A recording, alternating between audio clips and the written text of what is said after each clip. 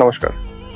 আমাদের গ্রামের বাবারা মাথার ঘাম পায়ে ফেলে অর্জিত টাকায় নিজের আদরের সন্তানকে শহরে পাঠায় লেখাপড়া করার জন্য, কিন্তু সেই সন্তানই শহরে এসে নিজের বাবার কথা ভুলে যায়।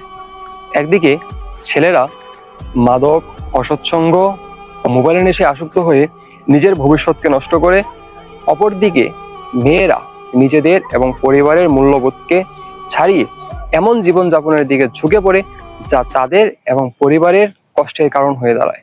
অনেকের চাহিদা আবার প্রয়োজনের সব সীমা ছাড়িয়ে যায়। সবাই এমন নয়, অনেক ছেলেমেয়েই কঠোর পরিশ্রম করে নিজের বাবা মায়ের স্বপ্নকে পূরণ করছে।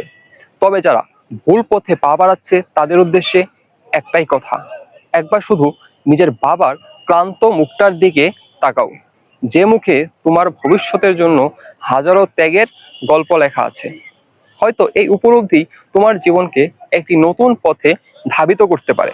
আমি শুধু সমাজের কিছু বাস্তবতা তুলে ধরলাম, ভালো মন্দ বিচারের দায়ভার আপনাদের বিবেকের উপরই তুলে দিলাম। ধন্যবাদ সবাইকে।